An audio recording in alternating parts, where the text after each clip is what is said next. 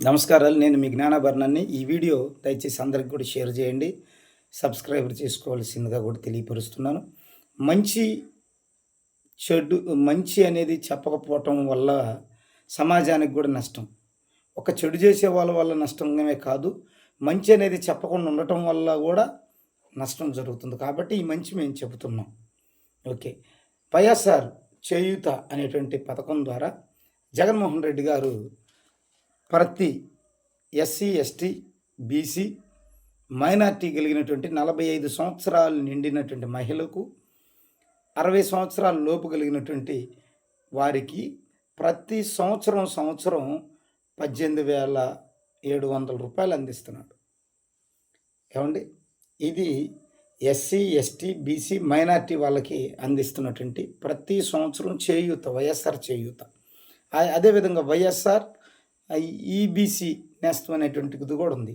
ఇది ఎవరికి వర్తిస్తుంది అని అంటే, ఇది కేవలం రాష్ట్రంలో ఉన్నటువంటి అగ్రకులాలుగా కొద్ది గొప్ప ఉన్నటువంటి వారికి కూడా, అంటే రెడ్డి, కమ్మ, ఆర్యవైశ్య, బ్రాహ్మణ ఇలాంటి వారికి కూడా, క్షత్రియ ఇలాంటి వారికి కూడా వర్తిస్తూ ఉంది.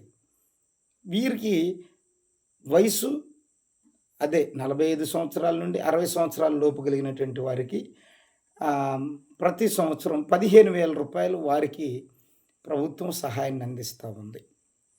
ఆ తర్వాత మూడోదిగా యొక్క వైఎస్ఆర్ కాపు నేస్తం అనేటువంటి పథకం ద్వారా, వైఎస్ఆర్ కాపు నేస్తం అనేది పథకం ద్వారా స్త్రీలకి 45 సంవత్సరాల నుండి 60 సంవత్సరాల లోపు కలిగినటువంటి స్త్రీలకి ప్రతి సంవత్సరం 15,000 రూపాయలు ఇస్తారు. ఇది ఎవరికి ఇస్తున్నారు అని అంటే, కాపు, బలిజ, తెలగ, ఒంటరి కులాల వారికి ఈ యొక్క పథకాన్ని అందిస్తున్నారు ప్రభుత్వం, మన జగనన్న ప్రభుత్వం.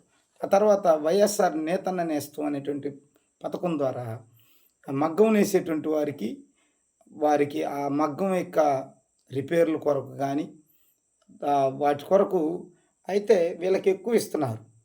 ఒక సంవత్సరానికి వచ్చేసి 24,000 రూపాయలు ఇస్తున్నారు. ఎందుకంటే రిపేర్లు ఎక్కువ, కొన్నిసార్లు మగ్గం వేయటం కూడా ఆగిపోయే పరిస్థితులు ఉంటాయి. కాబట్టి సంవత్సరానికి 24,000 రూపాయలు అందిస్తున్నారు. కాబట్టి ఆలోచన చేయండి. తర్వాత ఇంకొకటి కూడా ఉంది, మత్స్యకారులకు కూడా కొన్ని పథకాలు అందించాడు. కొన్నిసార్లు వేటకి వెళ్ళలేని పరిస్థితుల్లో కూడా ప్రభుత్వమే వారిని పోషించే దిశగా కూడా పథకాలు అందించడం జరిగింది. ఏదేమైనా ఆంధ్రప్రదేశ్ ప్రజలారా, ప్రభుత్వం అనేది ఏ ఒక్కరికో ఇద్దరికో ఒక వర్గానికో ఒక కులానికో చెందింది కాదు. ఈ వైఎస్ఆర్ ప్రభుత్వం, ఈ ఫ్యాన్ గుర్తుకు సంబంధించిన ప్రభుత్వం ప్రతి ఒక్కరికి కూడా పనిచేసింది, సహాయాన్ని అందించింది. ఒకళ్ళని ఎత్తుకొని ఒకళ్ళని దించేదిగా ఈ ప్రభుత్వం కనిపించాల.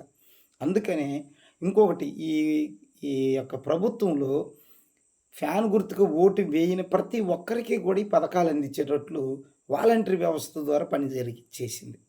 కాబట్టి వైఎస్ఆర్ కాంగ్రెస్ పార్టీ వారికే కాదు, ప్రతి ఏ పార్టీ వారికి అయినప్పటికీ కూడా ఈ పథకాలన్నీ కూడా ఖచ్చితంగా అందే దిశగా వాలంటీర్ల ద్వారా పని జరిపించింది. కాబట్టి ఇన్ని పథకాలు మన రాష్ట్రంలో మన కుటుంబాలు పొందుకున్నాయి. కాబట్టి ఇప్పుడు వచ్చే సార్వత్రిక ఎన్నికల్లో ఫ్యాన్ గుర్తుపై ఓటు వేసి అత్యధిక మెజార్టీతో మీ అభ్యర్థులు, ఎంపీ, ఎమ్మెల్యే అభ్యర్థులను గెలిపించుకోవలసిందిగా తెలియపరుస్తుంది.